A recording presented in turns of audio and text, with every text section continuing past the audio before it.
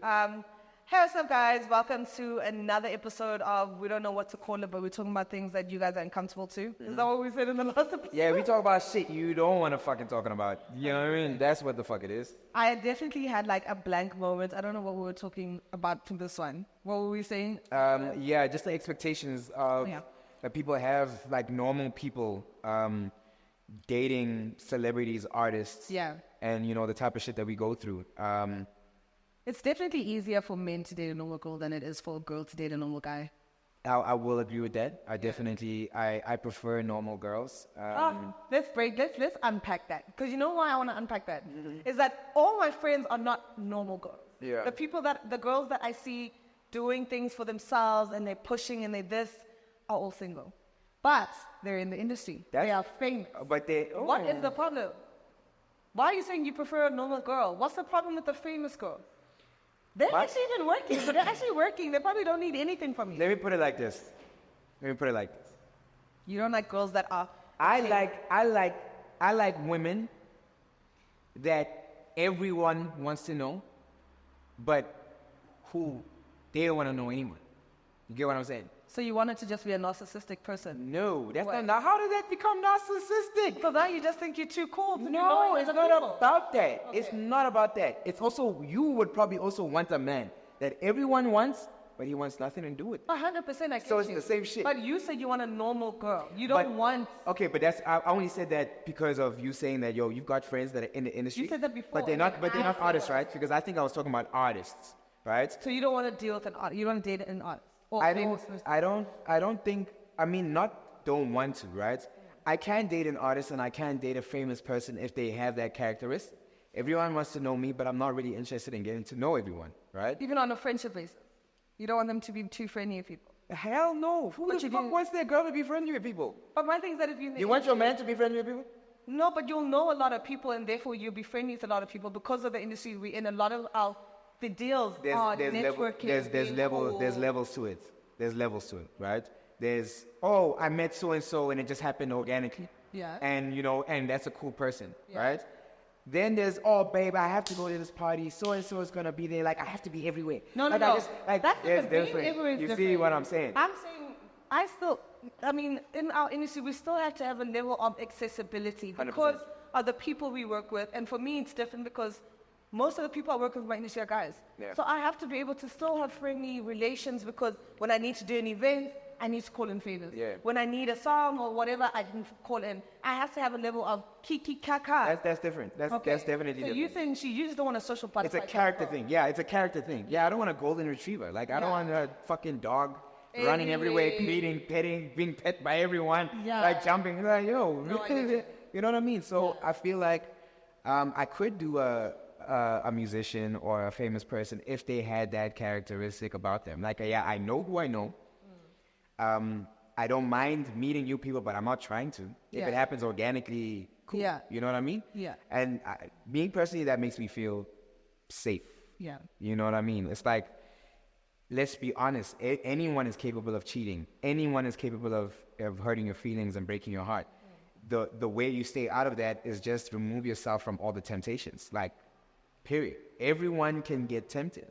Why would you remove yourself from the temptations? Why can't you just stand on business when it comes to your boundaries?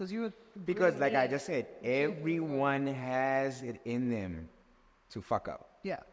Everyone has it in them. Like, you were talking about being drunk and then having this conversation with the guy saying, yo, don't do that. Like, you know what I mean? But you did it anyway, right? And he's still fucked up. You get what I'm saying? It is what it is. You know what I mean? So the temptation was there. So you would want to remove a person out of the spaces that you think will be a temptation space. I wouldn't. I wouldn't remove them. Me, I'm a watcher. I don't like to say too much. I watch. You know what I mean? And before we get into a relationship, I'm watching. Like, I'm trying to see who the fuck you are as a person without me saying a damn thing. I'm watching to see how you move, and I'm like, yeah, I don't really fuck with that golden retriever energy. And the thing is, it would be so hectic for me to come and tell you, like, yo, change that. No. That's what builds resentment. No. I want you to put the mic on your cap on purpose. Yeah. I just I was like, did you forget it there? Okay. That's chilling. So I would never want to change you. I'm not the guy that's gonna be like, don't go there, don't go there. But I am the guy that's gonna come and sit there and talk to you and say, listen, babe, I hope you know what it looks like. And what looks like? Certain things that you might be doing, how other men might take it. Yeah. You know, I'm gonna sit there and have open conversations with you, just like you might sit there and say, listen, babe, when you pour drinks for girls, they think like this. Yeah, you know what I mean? Like, we're at the table, you pouring, I know you're a good guy and you're being polite, but please, maybe like pour them one round and then they must figure it out. And then they must figure it out. Okay, Shop, I get you. Because they might get that, you know, I get you. You know, it's a conversation, but you're not trying to change me. You know what I mean? And I'm not trying to change you either. I want to love you for you.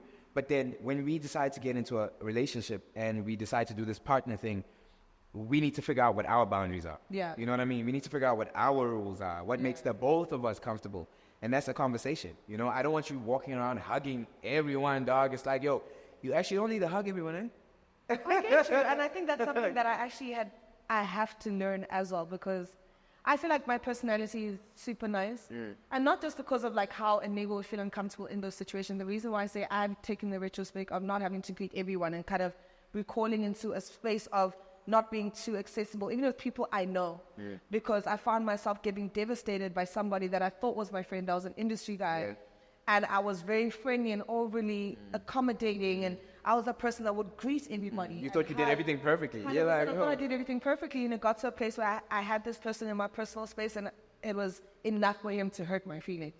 And that's why I realized that I don't want to be too friendly with anybody. I don't want to be too friendly with anybody in the industry. Actually, it's okay, because you then think this person is a genuine friend when actually, low-key, they hate you, or they're jealous of you, of certain things, or whatever the situation was. Because that happening was shocking to me, because I thought this guy was one of the people in the industry, was my friend. I'm like, this person actually is my friend.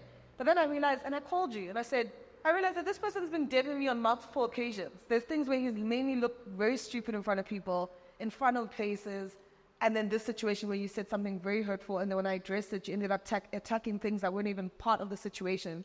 Because I actually don't know you actually, I didn't even know that you actually hate me this whole time. And that's why I realized that, as a girl, I always felt like, I have to keep a level of, as women, we have this thing in any workplace.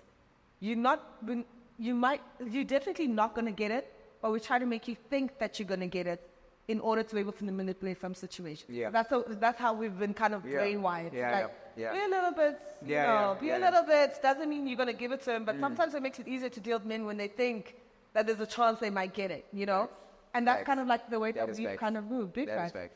And now I'm realizing I actually did all of that. Because I actually don't need anybody. That's what I tell my girls. So like, every woman that I've been with, I'm definitely the reason why they became a little bit bitchy. Like, I'm definitely the reason why they were like, okay, that's what a boundary is. Like, shit, it's okay to tell a nigga to fuck off. Yes, it's okay to tell a nigga to fuck off.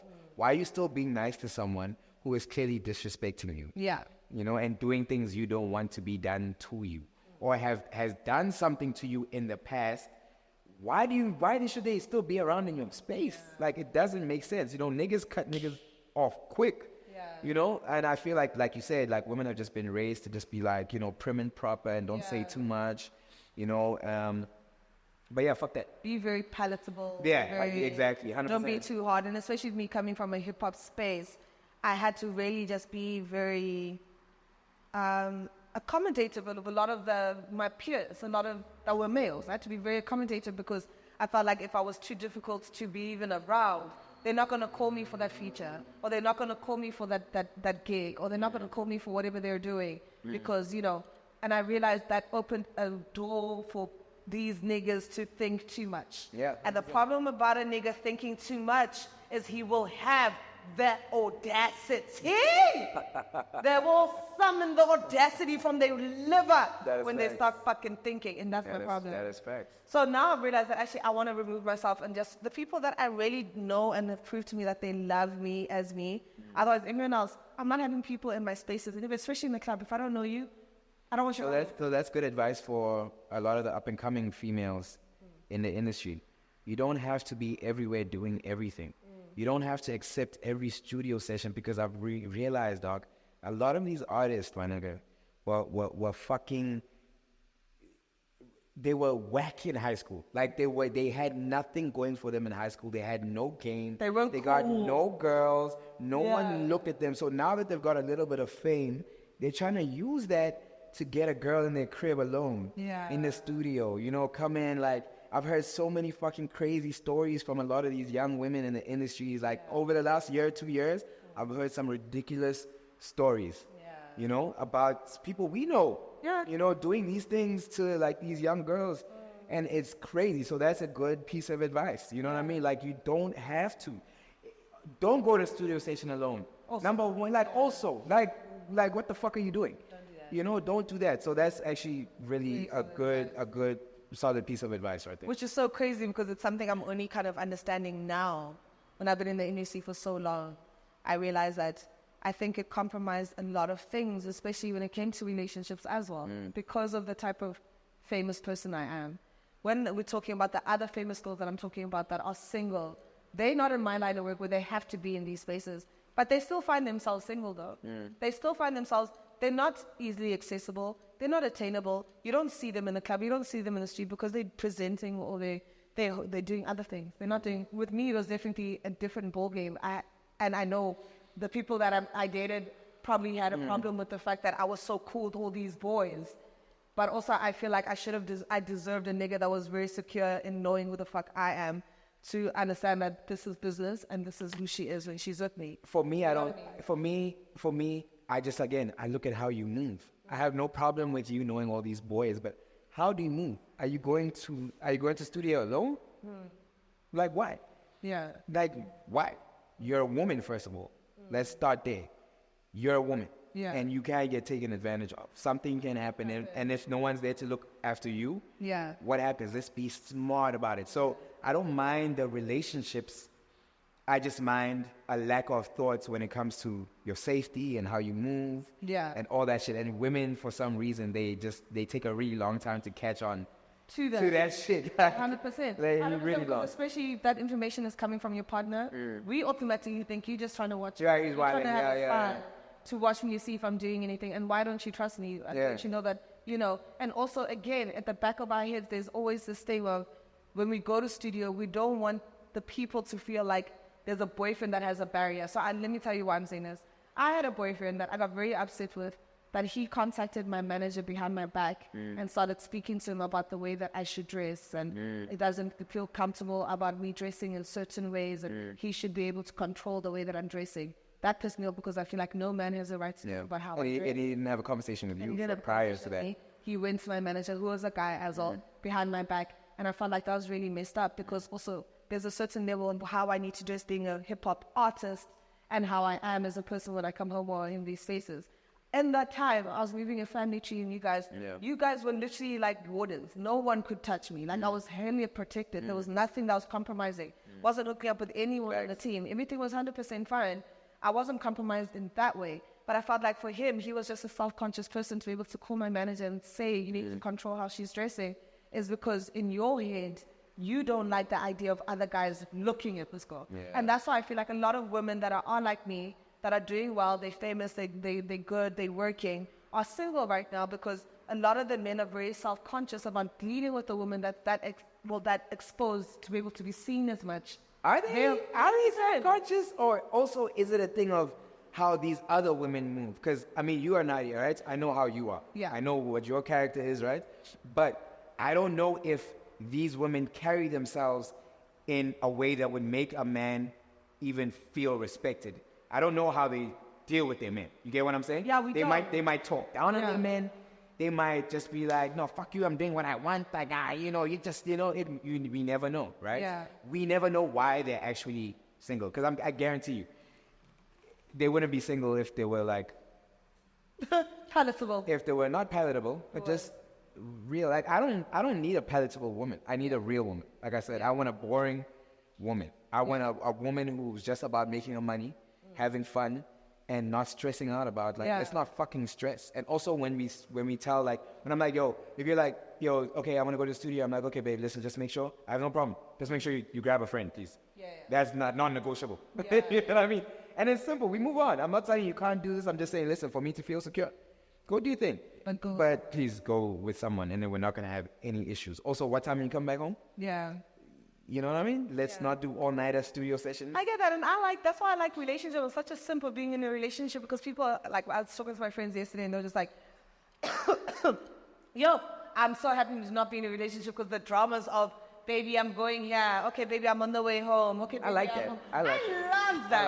I love that. I love having a man. I love having a man faff over me and say, baby, are you home safely? Who are you with? Okay, cool. If it's done in a way of, I know it's out of concern and not because you're trying to micromanage my move or you're trying to spy on me. Yeah, 100%. You know, but I hear you. I mean, we don't know the situations or the other women, but personally, whatever the case is, personally, I just feel like men are mad intimidated by women that actually work for themselves, because the women that want to be paid or given money, those women, they don't even have to do much to impress them other than give them coins. Whereas there's a woman like me that I'm not impressed by money. You now actually have to come with an intellectual chat. Exactly. You're actually going to have to woo me with the person you are, not with the things that you have. 100%. And a lot of niggas don't have the confidence or don't trust themselves enough to be able to pull a girl based on who they are as being a nigga.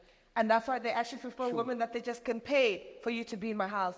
Pay for you, or not pay, but give you money and entice you by the trips and the handbags and the cars that I can get you. True. Because you actually don't have to like me. And most of these women are not liking the guys for who they are. That's what I was about to say. Because you think guys are what did you say? You said guys are have no self-confidence when it comes to, you know, have to walk up to a woman, but then also at the same time, women are hella disrespectful. Yeah. Women are hella fucking disrespectful. We can be. When we are giving you facts and worried about your safety, you want to tell us, you're being insecure. You're like, oh my God, I'm giving you facts. Facts, I know. Like, I'm just trying to give you facts. Like, I just want you to be safe. Yeah. Now you're going to throw it in my face as if it's like, okay, girl, clearly you don't want a man that cares about you. Yeah. You know? Now it's all downhill. So, I mean, yeah, you guys are insecure. Women are fucking... Yeah. Women are rude as well. Women are rude. And I know women can be rude, because a guy that doesn't have money, to some certain women 100%. can get shut down in a way. Are useless. What's the thing? What's the thing? How dare you speak to me? Yeah, oh my God, I know. And that's the problem, and that's why I feel like we all need to just be cleansed. I don't know. We need another flood. But yo, this is why we are here doing this episode, for cleansing. And that is another episode. Thank you for coming. Myself, Tshego, my sister Nadia Nakai. Another conversation that you don't want to fucking have. Yeah. So, and if you guys have ideas of what we should name this thing, let us yeah. know. Tell us what we should name this, because right now this what the fuck I'm calling it. We're just doing it. Shout out. Clean. Awesome.